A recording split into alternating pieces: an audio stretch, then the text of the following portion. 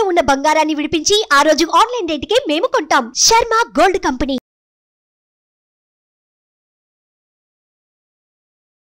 నమస్కారం, నేను మీ జాహ్నవి. మరి వారాహి నవరాత్రులు ప్రత్యేక కార్యక్రమంలో భాగంగా అమ్మవారికి ఏ రోజు ఏ విధి విధానాల ప్రకారం మనం అమ్మవారిని ఆరాధించాలనేది గురువుగారు చక్కగా ఎక్స్ప్లెయిన్ చేస్తూ ఉన్నారు కదా. మన ప్రముఖ జ్యోతిష్య వాస్తు పండితులు, జ్యోతిష్య వాస్తు శిక్షణ నిపుణులు, లలిత ఉపాసకులు బ్రహ్మశ్రీ నానాజీ పట్నాయక్ గురువుగారు. మరి 6వ రోజు మరి గురువారం నాడు మనం ఆచరించవలసిన విధి విధానాలు ఏమిటో గురువుగారి మాటలు అడిగి తెలుసుకుందాం. నమస్కారం గురుగారు. శ్రీమాత్రే నమః. అయితే గురువుగారు, గురువారం నాడు అమ్మవారిని ఏ విధంగా పూజించాలి, కలిగే ఫలితం ఏమిటి? ఇక్కడ ఏంటంటే అమ్మవారికి నైవేద్యం కానివ్వండి, పూజ కానివ్వండి, ఆ రోజు చేయడం వల్ల ఆ ఎనర్జీ పెరుగుతుంది. మనకు ఆ గ్రహదోషం పోవడానికి చేసేటువంటి గురువారం పంచమి ఉబ్బా నక్షత్రం అయింది. పూర్వ పాల్గొని నక్షత్రం అంటారు. అంటే గురువు యొక్క రోజు శుక్రుడి యొక్క నక్షత్రం అయింది. గురు శుక్రుల యొక్క ప్రభావం ఉంటుంది ఆ రోజు ఖచ్చితంగా. మరి అలాంటప్పుడు గురు శుక్రుల ప్రభావం ఉంది. ఎవరి జన్మ జాత చక్రంలో అయినా గురు శుక్రులు పారయ్యారు. సహజంగా గురు శుక్రుడు కనుక పాడైతే ఏమవుతుంది అంటే సంపద లోపిస్తుంది. శుక్రుడు లిక్విడ్ క్యాష్ కారకుడు, లక్ష్మి అధిష్టాన దేవత. గురువు లోపించాడు, గురుబలం లేదండి, అయ్యో ఏం చేసినా కలిసి రావట్లేదు అంటూ ఉంటారు.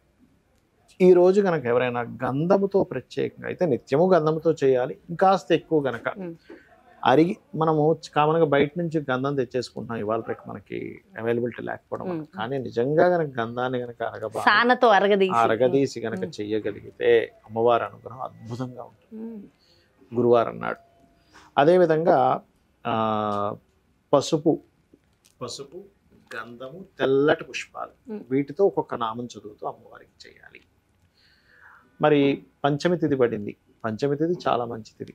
పంచమి తిథి నాడు మనం ఏదైనా సరే ఒక ప్లానింగ్తో చేసినట్లయితే ఆ ప్లానింగ్ సక్సెస్ అవుతుంది అంటారు పంచమి తిథి నాడు. అలాగే మరొక విషయం ఏంటంటే అమ్మవారికి నైవేద్యం ఏం పెడితే మంచిది? పాయసాన్నము, అదేవిధంగా పులిహోర, పసుపుతో చేసినటువంటిది, లేదా మనకి నెయ్యితో చేసినటువంటి అన్నం ఉంటుంది. నెయ్యి కలిపి అన్నం చేస్తాం.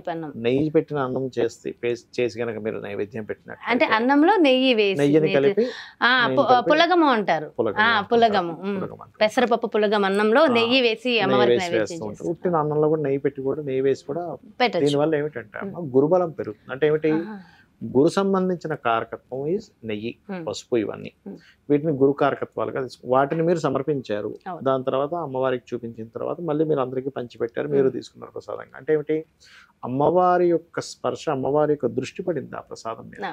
అదేమవుతుంది? గురుబలంగా మారుతుంది. అంటే మీకు సపరేట్గా గురుబలం లేదు జాతచక్రంలో, కానీ ఈ యోగాన్ని మీరు కలిగించుకుంటున్నారు. పాయసం పెట్టారు, శుక్రబలం పెరుగుతుంది దానివల్ల, నైవేద్యంగా పెట్టడం వల్ల. అలాగే మరొకటి ఏంటంటే పసుపు గంధముతో చేయడము. నవగ్రహాల్లో ప్రత్యేకంగా ఈరోజు పంచమి రోజు శుక్ర గురు గ్రహాల దగ్గర నేతితో దీపారాధన చేయడము. గోవులకి మన అరటికాయలు ఉంటాయి, అరటికాయలు మరియు బెల్లము, బియ్యపిండి కలిపినటువంటి ఉండలు, ఒక 5 ఉండలు తినిపించడం కనుక చేసినట్లయితే కూడా ఇక్కడ ఏంటంటే గోవుకి చేస్తున్నాం సకల దేవత అనుగ్రహం, గ్రహాలకు చేస్తున్నాం, గ్రహపీడ పోతుంది. అమ్మవారు ఈ రోజు ఏదైతే గురువారం అయింది, శుక్ర నక్షత్రం అయినందుకు దానికి సంబంధించినటువంటి పుష్పాలతోని, తెల్లటి పుష్పాలతోని, పసుపు పుష్పాలతోని, గంధముతోని, అదేవిధంగా పసుపుతో ఎక్కువగా అర్చించాము. గురుబలం పెరుగుతుంది అమ్మవారి అనుగ్రహం. ఓపిక, గురుబలము, సంతానం లేని వారికి సంతాన ప్రాప్తి, ఇవన్నీ కూడా అమ్మవారు ఇస్తుంది. సో కాబట్టి గురువారం చాలా ప్రత్యేకం. అయితే ఒకసారి మరి పూజా విధి విధానం కూడా తప్పకుండా. ఇక్కడ ఏంటంటే మనకి ఏ మంత్రము తంత్రము చేయడం రాదు అనుకున్నప్పుడు కూడా సింపుల్ గా చేసే విధానం చెప్తాను. మొట్టమొదటిగా ఒక చిన్న పసుపు గణపతిని చేసుకొని కూడా చేయొచ్చు. ఒక చిన్న ముద్దలాగా, అంటే అది గణపతి అని మనం ఫీల్ అయితే చాలు. గణపతి షేపు, ముఖం రాలేదు, దానికి చెవులు, ముక్కు అన్ని ఉండాలని రూల్ ఏమి లేదు. ఇది మొట్టమొదటిగా మీరు అర్థం చేసుకోండి.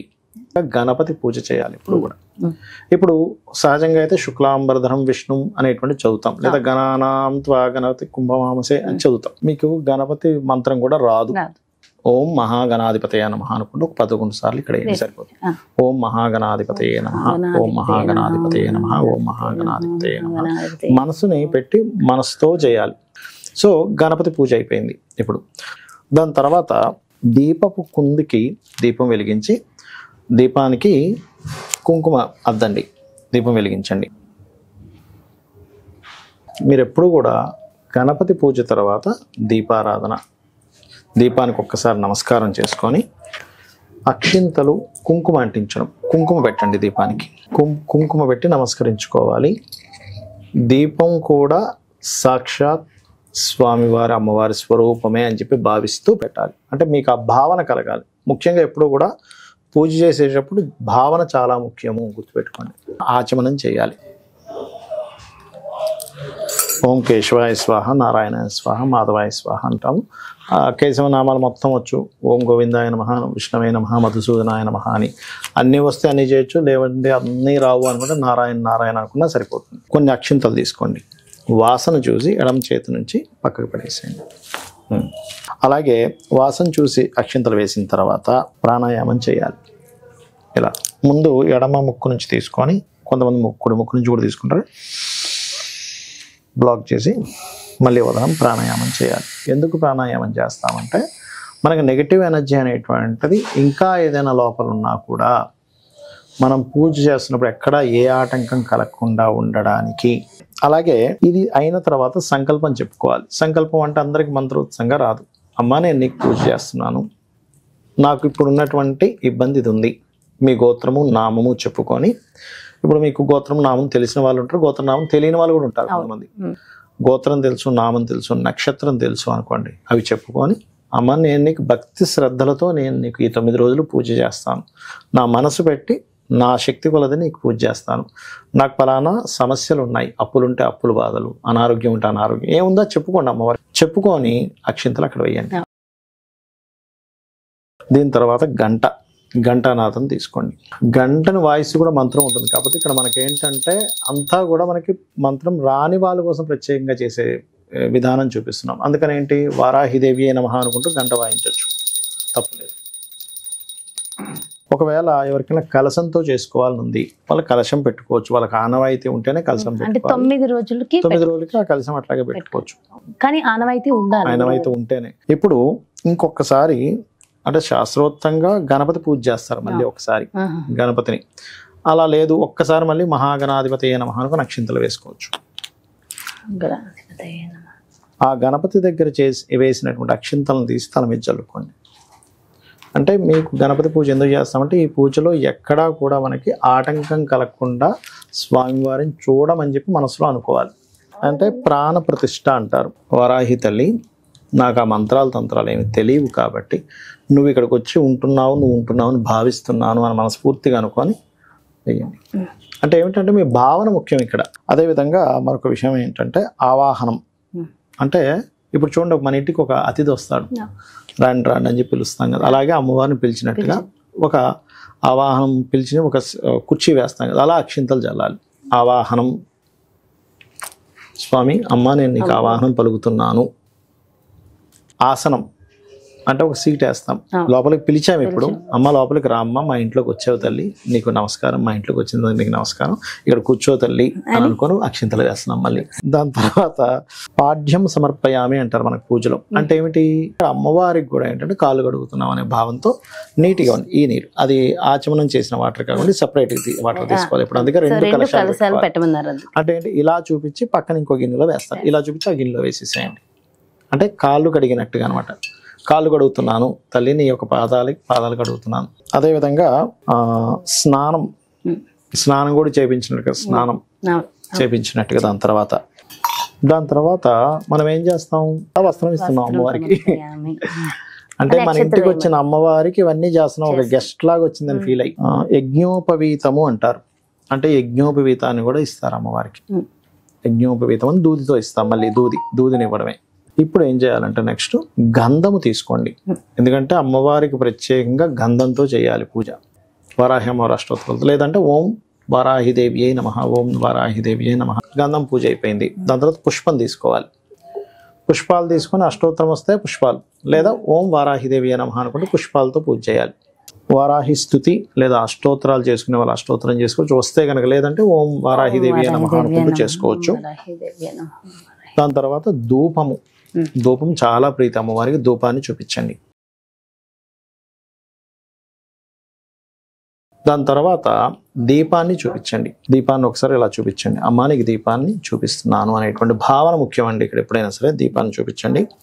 అదేవిధంగా నైవేద్యం ఎప్పుడు కూడా అరటిపళ్ళు ఇలా ఉంటాయి కదా, ఈ అరటిపండు ఒలవాలి ఎప్పుడు కూడా. మనం చాలామంది ఏం చేస్తారు, అలా పెట్టేస్తారు. అలా ఒలిచి దీనికి నీరుని ఇలా చూపించి, మీరు ఇలా చూపించవచ్చు, అమ్మా నీకు ఇస్తున్నాను. తాంబూలం ఒక ఆకు ఒక్క తీసుకొని తాంబూలాన్ని పెట్టాలి. మీరు తాంబూల సమర్పయామి అనుకోవచ్చు. తాంబూల సమర్పయామి అని మనస్ఫూర్తిగా తాంబూలం ఇచ్చిన తర్వాత మీరు కర్పూరం హారతి ఇవ్వండి. ఎప్పుడు కూడా ఆ వాటర్ ఇవ్వండి. అది ఎప్పుడు కూడా ఇలాగా తిప్పాలన్నమాట. దీనికి ఇలా ఓకే వేసి చూపించాలి. దాని తర్వాత మంత్రపుష్పం చదువుతారు. అండ్ అక్షింతలు అంటే పుష్పాలు, కొన్ని అక్షింతలు తీసుకొని ఆత్మ ప్రదక్షిణం చేసుకున్నట్టుగా చేసుకొని అమ్మవారి దగ్గర వదిలేసేయడమే. క్షమాపణ, అమ్మ నా వల్ల ఏదైనా తప్పు జరిగితే క్షమించు అని చెప్పి అనుకుంటే సరిపోతుంది. పూజలో నాకు ఏదైనా తెలియకో ఏదైనా తప్పు జరిగింది క్షమించు. అప్పుడు ఏమవుతుందంటే మీరు చేసిన పూజలో ఎక్కడైనా మీకు తెలియకుండా ఏదైనా ఫాల్ట్ జరిగింది, అమ్మ క్షమిస్తుంది. ఇది పూజా విధానం. చాలా సంతోషం గురుగారు. Thank you so much. నమస్కారం. ఎస్, చూసారు కదండి.